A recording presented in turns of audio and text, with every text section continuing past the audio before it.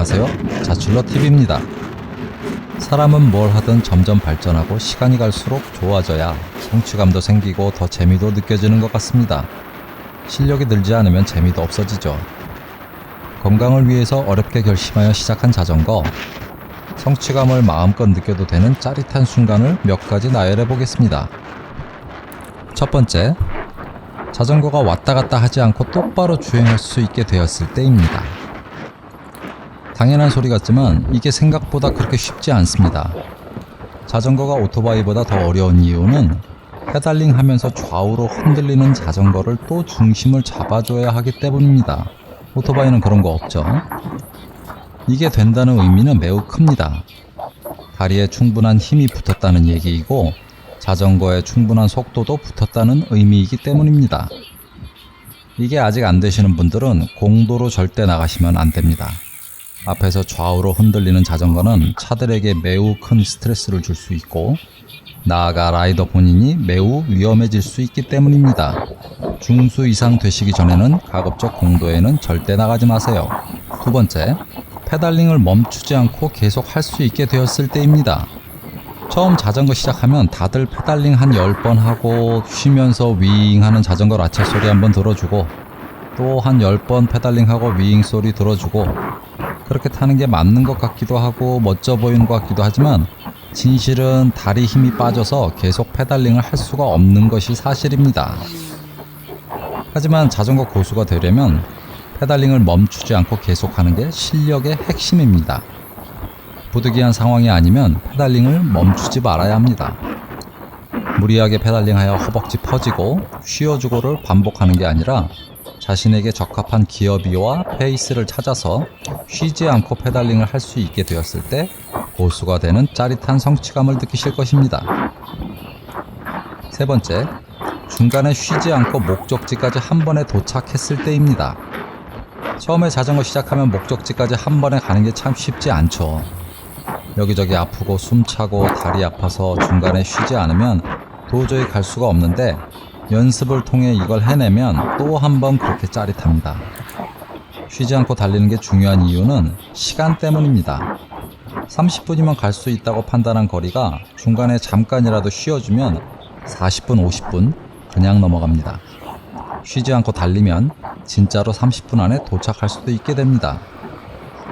네 번째, 페달링 하면서 쉴 수 있게 되었을 때입니다.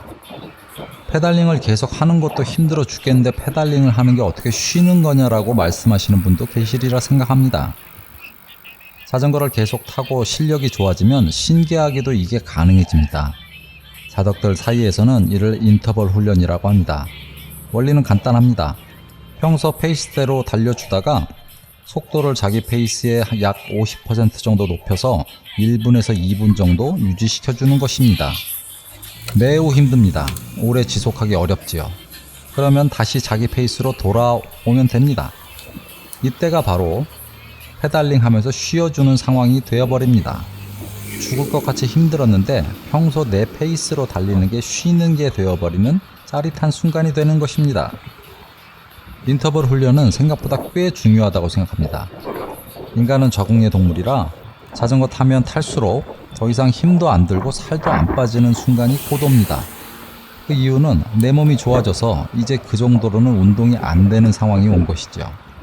지속적인 운동 효과와 다이어트 효과를 원하신다면 계속 자신의 한계치를 어느 정도 수준까지 지속적으로 올려주셔야 합니다.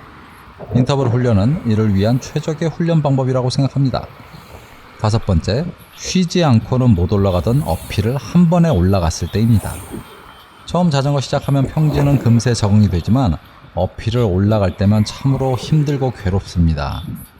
어필을 올라가다 중간에 쉬면 정말 시간 2배로 걸립니다.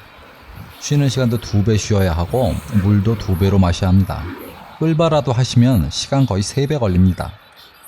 처음에는 너무너무 힘들지만 두 번째, 세 번째 되면서 요령도 생기고 쉬는 횟수와 시간도 점점 줄어들 것입니다.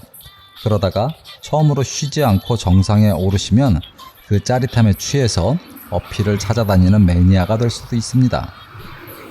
마지막 여섯 번째, 잠깐만 쉬어도 다시 가뿐하게 자전거를 탈 수 있게 되었을 때입니다. 특히나 어필하다가 힘들어 쉴 때 한 20분 정도 쉬어야 몸이 회복되고 물도 거의 1리터를 다 마셨던 기억이 있습니다. 심지어 자고 싶을 때도 있었습니다. 이러한 과정을 반복하다가 체력이 좋아져서 공도에서 신호에 잠깐 걸렸는데도 호흡과 허벅지 근력이 다시 짠 하고 돌아오면 댄싱으로 짜릿하게 출발하면서 야 진짜 내 몸이 많이 좋아졌구나 하면서 스스로 대견해하는 순간이 올 겁니다.